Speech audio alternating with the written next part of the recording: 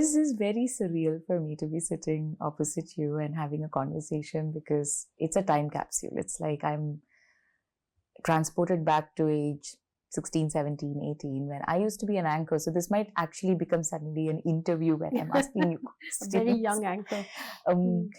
So my connect with you started obviously with God of Small Things, but also the fact that I met you. Well, I was in the audience at one point in Trivandrum when you had come for a Lit Fest. And I was so eager to ask you a question, and I wanted to sound smart, and I wanted to impress all of what a 17-year-old would do in front of her idol, it seemed.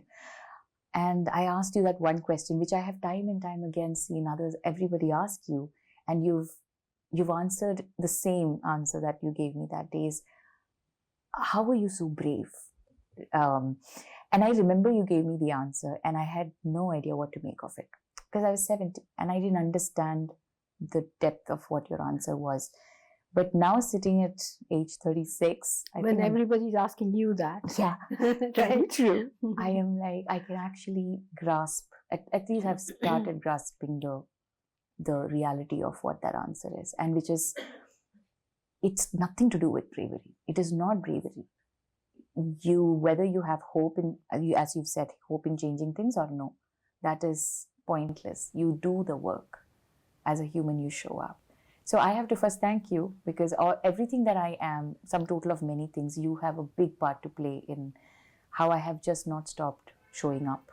Mm-hmm. So that brings me to anger, the importance of anger. And I started out again, soon after I saw you at the Lit Fest, I started acting. And I remember just feeling and just embodying more and more rage, and boundaries being crossed, exploitation happening. And all you do is you're just imploding, waiting to implode. Didn't know what to do with all the anger. I wanted to start with that. How has anger transmuted through the years for you? I mean, I think that's for everybody. It's different and it's complicated. It has a lot to do with what kind of person you are, perhaps what kind of childhood you've had, whether you have had the space or the opportunity, or absolutely no space to explode. Yeah. But I think in my case, a lot of the time, I'm not the kind of person who just loses my temper or something, but the anger is what informs almost everything that I do and write. But in a way, how do you turn that into art? How do you mold it into a space where it's not just something that is destructive, but something that is actually a kind of art, or a kind of cinema, or a kind of literature. Sometimes my anger just comes out in humor. Okay. A lot of the time it comes out in humor. Yeah. But right, I mean, I do think that I sometimes feel vaguely offended now when people ask me about this brave thing, because I feel like I think it was in Shakespeare, in Julius Caesar, that Mark Antony said, "So is my horse," because that's not the building blocks of what I am or want to be. I think what I do, and perhaps what you're doing now with this whole Hema committee thing, is really fundamentally, to me, about making space around myself for just all of us to be able to work, to have more space, to be free, because unless you are free, you can't experiment, you can't think, you can't fail. You just keep producing the same damn thing over and over again. So it's not so much about being brave as about wanting to breathe. Open the windows, come on, let's just open them. It's anger and indifference, though. I keep seeing it shifting from everyone getting offended with what's happening, enraged, and then there is a lot of protest and conversation, debates, and then it simmers down, and then the cycle just keeps repeating without much change happening. But so then when there's a work of art that continues the conversation, makes people uncomfortable, but at the same time they keep coming back to the same artist, let's say, or be it whatever medium.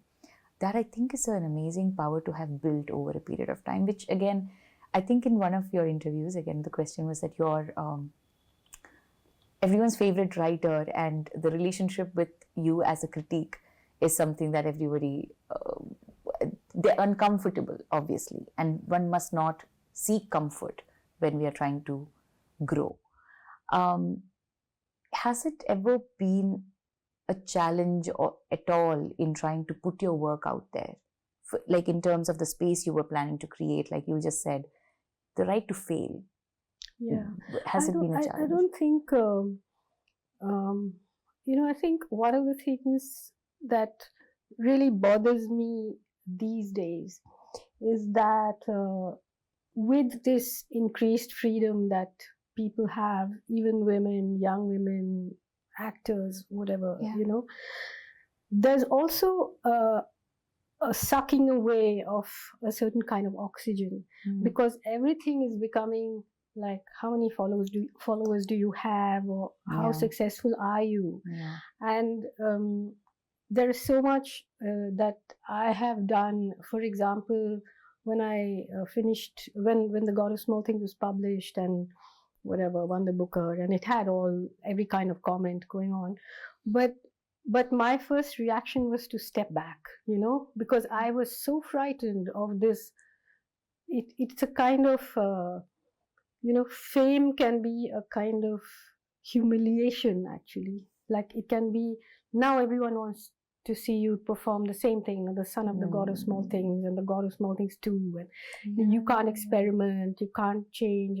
And I felt so trapped, and then when I started writing the political essays, it was almost the opposite impetus. It was almost to be unpopular. It was almost to say, fuck you, So, and that was, so it wasn't like you were searching for sort of followers, or you were swimming with the current, or you were giving people what they wanted to hear. Quite the opposite, like, I remember there were just a few months between when I won the Booker and I was on the cover of every magazine, and suddenly the BJP came and there was the nuclear test, and everybody more or less, if I didn't say something, it would have been taken that I was, complicit, or that I was happy about it. And so I started, I got kicked off the pedestal in a minute, and I was pretty relieved about that. So, I feel that, I just actually was happy to meet you, because I have read the Hema committee report, and I really felt so sad when I read it, not just because of the sexual harassment and all that, which is what everybody talks about, but the whole ethos of what's going on in that industry.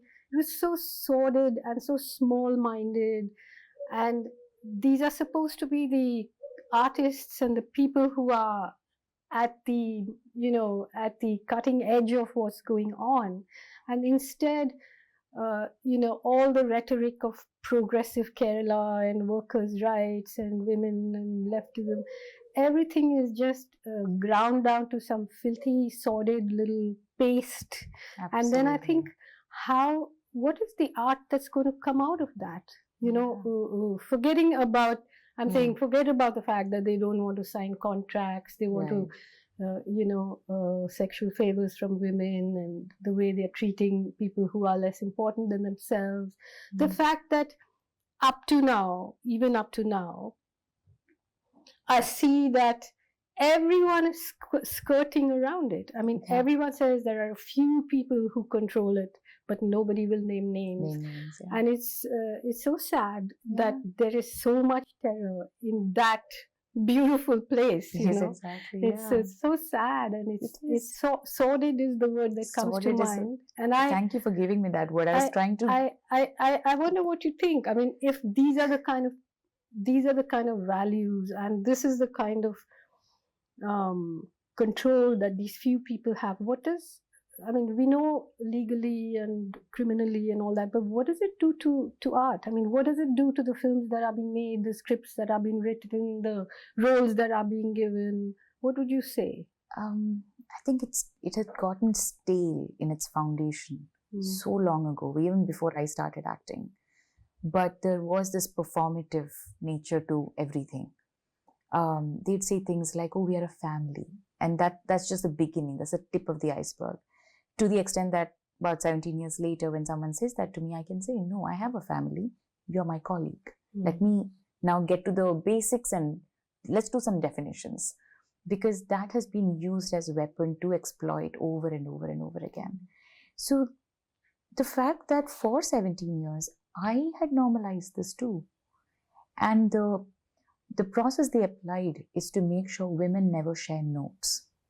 So we were all, by structure, we were made to be floating islands. We would never meet. Like, I would have dubbing in the morning.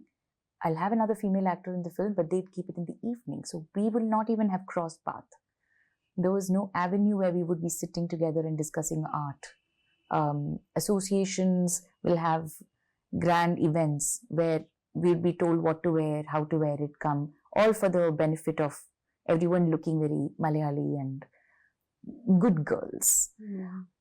And I never started thinking about it until I saw even basic sanitation was not provided. Yeah. And when that became a problem and I spoke about it, some of the men started backing it because they're much older and they had prostate issues. So now they also want in on this. So some girl has started a petition, let's just go and we'll also get bathroom. Not for the equality part, not for sanitation, not for basic needs, because they just needed somebody to start it. Then it was an unraveling which happened over the years, where I realized even I had normalized the fact that there are a bunch of people you need to continue to please, and you have to tone police yourself. Even when you're asking for a contract, you have to speak in your half voice so that they still like you. So the unlearning of people pleasing that was sort of injected into us also took its own time. But it came with the decision that it's okay to lose work. It's okay to leave this industry and go. The moment I decided that, I was like, now it's time. Now I can get to work. But not everyone's afforded that privilege. So then you also, because of the recent, lot of women have started coming out, and the collective was formed, Women in Cinema Collective. Yeah. Also throws light on what privilege has done, what the intersectionality of feminism was lost on me and many others. And so it was calling them out, calling ourselves out for the longest period.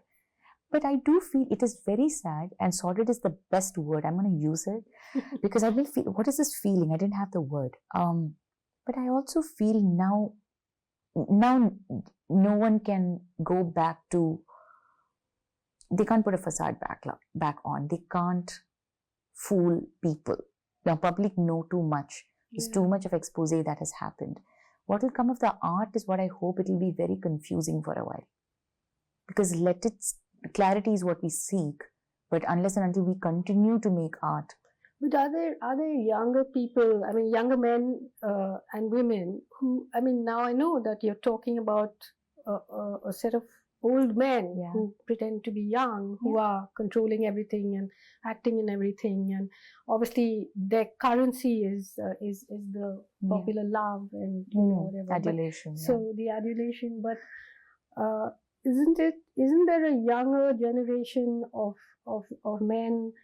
I hope there is in Kerala who are actually more egalitarian and actually see that you can create so much more if you have women thinking with you, and not just women, but I'm talking about everybody on the spectrum, thinking with you. It's so much more exciting. There's so much more oxygen. Does that exist, or are the younger generation the same? They're not the same. It's a little worse. I feel like the older generation are more committed to misogyny and patriarchy.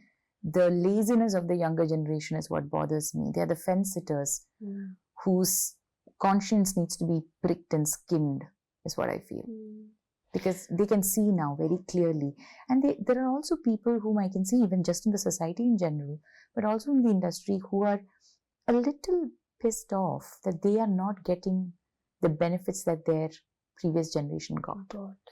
But I mean, one thing I liked about the campaign that you all ran, and which ended up with this committee report, which was obviously suppressed and is still redacted. Yes.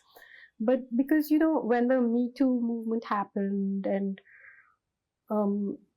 generally this whole woke thing, there was something very very vengeful, and, you know, the whole thing about it all should turn legal and criminal, and there was something very unforgiving.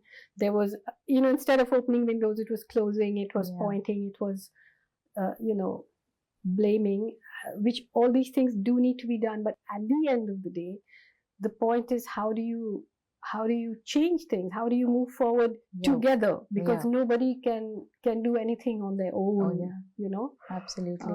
So that was I thought that was very enlightened, that in Kerala, you were really looking for a change of culture, a change of climate, not just some criminal action. Although obviously people who have committed crimes against women and others ought to be tried, of course, but that's not going to solve the problem. You know, the problem is a change in how we look at each other. You know, also it's the boring work, the data work, the policy work, the stuff that I as an actor never thought I'd have to take up with a Google sheet and like other academic papers from China and from Korea, from UK. There are women reaching out now who are sharing their notes, which is beautiful right now. They can see news that's happening here. They're saying, this is the system we put in place. Do you think we can maybe help you put something like that together? So while that's happening, I feel art needs to be created. But you know, that's what I was just going to say, that ultimately the only real cure for this is other power centers, other art, you know, us creating our own thing, you know, which is, of course, I mean, for whatever reason, I have never worked inside of a industry or something. I was being this kind of outlier, you know, so I just do whatever the hell I want. I'm pretty jealous, and I admire that, but it's fine. It's not, I'm just saying that, but so the battles that you have to fight are different. You know, of course, mine are the same, as in I'm taking on the big world and the big institution, but you know, from a position that is not, I mean, it was a lucky escape for me. But I really want to see, especially in Kerala, because, you know, I have some irrational pride about that place. So that's why I was so sad to read that report. You know, really so sad, because you know, it's like your dirty little secret. Because you know, I always, when I was young, growing up there, I had this stupid sense that, okay, if your woman is financially independent, that's 3/4 of your way victory in the battle. But then I see in Kerala, for some reason, women joined the workforce so much earlier than everywhere else. Women were educated so much earlier than everybody else, and yet they are so much less free than in other societies where women are considered to be oppressed, you know. And they are so mentally, I mean, it's not just the men. As you know, there were women in this report who were who didn't understand what you were talking about, and women who have internalized their own oppression to a point where they can't even comprehend what's going on, and they contribute to it in ways. So you can't really divide things as to men and wonderful women and all, bad men. Of course not, you know. So, but yeah, it was very, very sad for me to read that. Yeah, it stings. But also, I whenever I'm asked, like I go to Bombay or other places, like a lot of problems there, and I'm like, actually, at least where there's noise, there's hope for change. the other industries where Yeah. it's all happening, but everyone's keeping very quiet, that scares me more. No, I mean, And that- everybody knows what Yeah. goes on in Bombay. I mean, Yeah. it's vile, Yes. you know. But it's not talked about, and nobody's putting in a committee to study, nothing. And all of this had to come from the advocacy push that the collective had to keep nagging, be the buzzing voice that never, you can't find the switch. That's, we are hoping to just be that. Like maybe not more. But I really want to just say that you know, the people who are dissenters, or the people who are not going to agree to participate and bow down to this, they have to create their own work, and their own beautiful work, and their own work that has as much power as the you know, as the mafia lords. Yeah. That's and you can see clearly when these movements are happening, there are films that are made for big budgets that are extremely on the, you know, men's rights activism, as they call it now. They're like, we are here to bring back the good old age of saying what an alpha male is and what a woman is supposed to be and all of that. So recently watched a movie like that, and I was like, suddenly the calm, the clarity is that, okay, I see what you're doing. Now I have to, I see yours, and I'm going to raise you this. So, because the notion that we had to still go and find work with them was It's actually, really, it was ingrained in us. But now that slowly, I feel like it's just peeling an onion. It keeps coming out a newer. And when it comes out, it's like, oh, this is just common sense. You should have just known this. But what you said about Kerala is so true. I mean, I know so many women who earn, who have the financial freedom, but they've also now not known what to do with the money. So they give back because there's a guilt, a generational guilt of having freedom that I have witnessed. I personally have been lucky to also have left home pretty early. So being alone and like living alone, all of that empowered me to a different degree. But I see why that's happening with women, especially where they don't know what their purpose is, so to speak. It's very interesting. I don't know what the answer to it is. It's mysterious to me that, you know, once you've got financial independence, why would you not grab every other kind of independence? You know, and it's something that I think it's peculiar to Kerala that even given the left movement and everything, it still didn't happen, and it still hasn't happened. You know, you see that even in the left government. Yes, of course. I mean, they were so worried about releasing this report, and you know, kept it down, and anyway, that was it's sad. So that makes me like, because it's all about also now the artillery, that the room that we have to now build. I was wondering the hate. You mentioned something about this being the battle between lovers and haters. I love that, you know, lovers are on the street and haters are on the street. The haters are armed to the teeth, you said. But I'm like, what can we arm the lovers with? I feel our lovers... Art. Absolutely. I mean, the thing is that ultimately, in the larger sense of what's going on, you know, you can't find real art, real intellect, real humor, or anything really wonderful amongst the haters, because they are so busy with their weapons and their lynchings and their small narrow minds, you know. So I feel that, you know, we just don't know how to use what we have, because we are those who tell the beautiful stories, who do the beautiful work, you know, and I feel that it needs to be almost weaponized now. Weaponized, you know? But that I don't mean making messagey things and placards and manifestos, but you know, it's.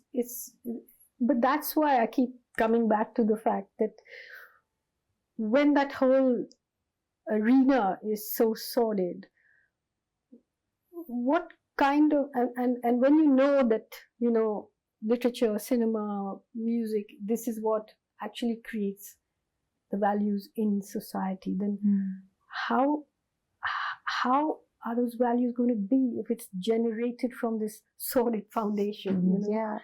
It's such a strange It is. thought. It also feels like the entire foundation needs to be plowed out, Irrigated, completely irrigated, dug out. Yeah. But for that, we have to do it together, like you said. Yeah. There's no othering of even the perpetrators at this point. Yeah. The prevention and prohibition can only come there. The punishment can take its course. But the prevention, unfortunately now, they're only responding to fear. But there are no actual conversations happening. I mean, even in private, with like, is there no? Not with the younger lot of male actors, producers, directors. Very few. I think one or two. We can just count in one hand. Is who would actually come out and said, okay, what the collective has been doing, what the report, the government has to do this, that, and the other. The rest of them have been very quiet. And even the ones who do speak, there is very evident that there is a lot of currency in being woke. So they are, loading up on that. But is there any possibility of a separate group or little cultural rebels, sort of making films which are addressing these things? And that is coming, but I feel like the consistency with which the haters are making films, with the funding that they are getting, is pretty. It's intimidating. Yeah. So the lovers need funding to. I feel like, and the lovers are very smart enough. I feel like we could take a leaf out of funding, because one of the things I really admire about Malayalam cinema compared to other films, other film industries, is how they manage to do these really quick, low budget films, which are so cool. So yes, but that also means we can maybe make 10 films at the price of one film that's made in Bombay. Yeah. And if the lovers get together to make 10 films with that messaging, but obviously good art, like from their heart, the way they want to make it, personalized to their individual point of view, that needs to, I think the math needs to, that's what we need to fix a little bit, please. Yeah. We have to talk about in which Annie gives it those ones. Okay. I mean, first of all, the title. The part, the humor comes in as well to grab you by the throat, and now you can't look away. How was your experience writing and then also making the film? And then the sort of decision, I want to say, to not make films after. Well, actually, Annie, we made, before I wrote Annie, we had worked on a 26-part television series called the Bargad, which means the banyan tree, which was set in the freedom movement, and we had shot a huge amount, and then the production company collapsed, and it was like the biggest nightmare you can possibly have, in everything, our sets, our costumes, everything, just years of work, just fell on us. And then Doordarshan was just at that time opening, and the head of Doordarshan was commissioning these films. So I just sort of proposed it almost as a joke. I was pretty sure they'd just never agree, because I wanted to try writing this language that we used to speak in Delhi University, in the School of Architecture, this sort of mix of Hindi and English, and it was really me beginning to try out my little writing muscles. I didn't want to do anything profound or serious. I just wanted to practice the craft, more or less, Yeah. So we got a tiny budget. It must have been enough for 1/10 of the title sequence of a normal film. It was really nothing, but it was so much fun to make. I mean, I designed it and acted in it, of course, and all that. And after that, and it won. I think it won the best screenplay, and then my favorite national award. Yes. 2 national awards. One was the best screenplay, but one was my favorite award of all time, which is called Best Film in Languages Other Than Those Specified in Schedule 8 of the Indian Constitution. This was like a very wonderful thing. After that, after that, I wrote and we made another film called Electric Moon, which was funded by Channel 4. Okay. But yeah, after that, I sort of decided that I didn't want to work in film,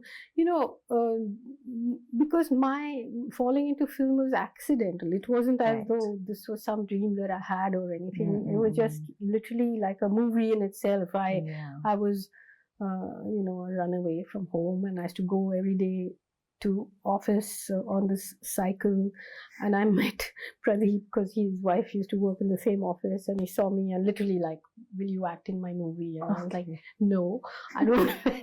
Anyway, it was just something that happened. But essentially, I'm a loner, I not because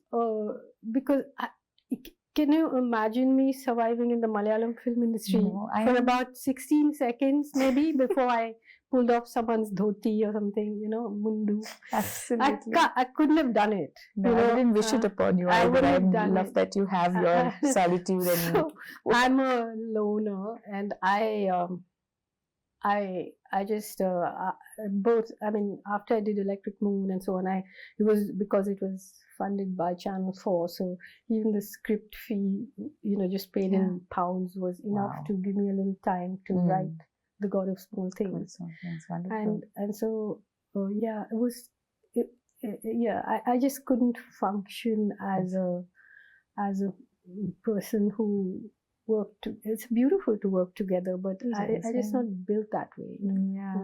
I remember telling my parents, what do you want to do? And then I said, I'll go study creative writing.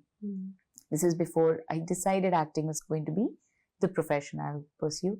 And what is the reason? It's like, no, I just want to be alone and to be able to find a job where I can do things alone, maximum amount of the time.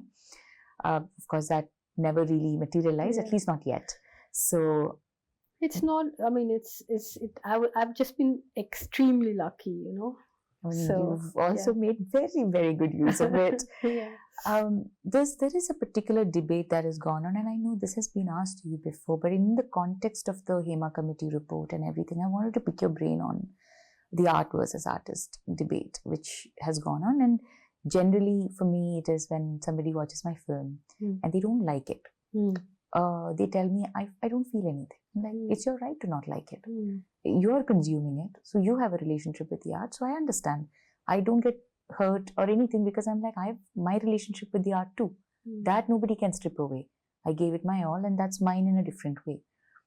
But that art versus artist, I understand. But what about when there's a criminal in place? Like, for example, a Roman Polanski who has been accused of being a pedophile, and the case is going on, and then he's still being celebrated and honored with several awards at every event, which is causing many women to walk away, and from the industry itself, the attrition rates are very high. So where would that fit in that sense? It's a very, very, very vexed subject. I mean, now I think you must have, I don't know if you read about this wonderful writer called Alice Munro and what happened with her daughter, and the fact that she knew that her husband was molesting her daughter, and she didn't really support her daughter. It's very hard, to say. I just feel like we ought to be able to walk and chew gum at the same time. You can't. Every work of art cannot be loaded with a kind of purity and morality of the creator. Like everyone in history, I mean, we wouldn't be reading anything if we were using these standards now. We wouldn't be reading anything. I mean, you wouldn't. By woke standards, I mean, I'm just leaving criminality aside, but even. I mean, can Tolstoy write Anna Karenina? He's not a woman. Can Dostoevsky do what he did? That's very, I feel, that's definitely. So I think, I just think that we should be uncomfortable, we should be outraged, and we should be able to assess a work of art from a position of discomfort, even, because art is not meant to be a bloody Bible. I mean, like a lot of evil people make beautiful art also, So I think we have to just be a little complicated and be able to to be morally outraged by what somebody did, but separate, because even when you create something, like if I write a book, ultimately I don't own that book when it's in the world, you know, because you may receive it differently from how I thought I wrote it, which doesn't mean you hate it, but you love it in a different way, or you understand it. Sometimes we are not, I mean, there is an alchemy involved in creating art, you know. Sometimes, like I remember my publishers or my literary agent will call me and say, how's it going? I say, you know, I don't write, I just wait. You know, so sometimes it's like that. You're not, I think we should not be looking at the world with minds like guillotines, you know? Right. But then not to make it too prescriptive, not to make it too like by the rule, by the book. Would the criminality aspect of it just be a different set of eyes maybe to look at? I think that, you know, we should be intelligent enough to also understand how that informs the art, you know, like Polanski is a good example. I mean, so edgy and weird, those films of his, you know, and you don't have to forgive the man. You don't have to say, oh, he should be allowed to rape young people or something. You don't have to, but that doesn't mean that you shouldn't see his films, I don't think. Okay. That's because this debate has been consuming all of us, because also another cultural thing now, the cancel culture as they call it, like something comes out and they are completely taken out of the equation. There is no conversation, there's no discussion, there's no time to even redeem oneself. I think that you know, that came as a reaction, like it was not a revolution, it was an explosion. You know? But when things settle down, it is exactly like what we were talking about, that people have to change, you know, and people have to be given the opportunity to change, and culture has to change, and we all have to do our work and be complicated, and we have to decide when we want to forgive and when we don't, and all those things. Stay complicated. Stay complicated. The discomfort of being complicated and not to sort it out into different boxes immediately as it comes is, I think it's an epidemic. I feel like we all have obviously personally battled with it, but I think the more social media and a lot of eyes are on you all the time, even when you're sitting alone, you feel like you're sitting in a room with 200 people, is the kind of noise that's taking away a lot of this perspective, I feel. Because I think it's a very, you know, and at least, I mean, coming away from the field of literature and art and things, but even just in political understanding, you know, I think only people who have some amount of privilege are those who want to make everything into little boxes, and they want to separate everybody. Whereas people who are really fighting on the ground, they want solidarity. They are not looking for purity. They are looking for solidarity. They're looking for understanding. They're looking for help. They're looking for money. You know, I mean, everyone, you're never going to get a perfect set of people supporting a perfect set of people, you know? Wow, that's probably exactly what I needed to, and no, that's a cog that was missing, because I couldn't marry the two. That's something, every time a question comes, it's easy for me to say, no, you know what, I'm not going to watch the film, I'm not going to support this. But the perspective of, in ground reality, what do people need to get by, is to put in a system, and for that you may have to work together.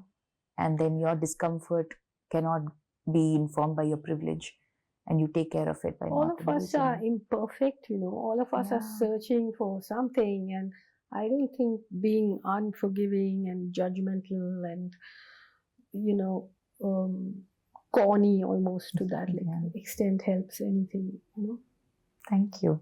This was wonderful. I feel like there's a bit of education here in this as well, because there is a stringent, you gotta go by a certain, if you are trying to make difference, if you're dissenting, then there is a nature to the dissenter that is also sort of prescribed. And one can't go back and forth and try to mess up even and be confused. Like to have the liberty to fail and be confused is not really afforded, especially when the stakes are high, it seems. So I'm not with that caravan that wants to be completely judgmental and cut people off and cancel people and all that. I think that is very important to be political, to understand the history of why this person is speaking in this particular way, to be able to take it apart, to analyze it, to have conversations, to be intelligent. But this allows a certain dumbness, which I don't appreciate. I understand.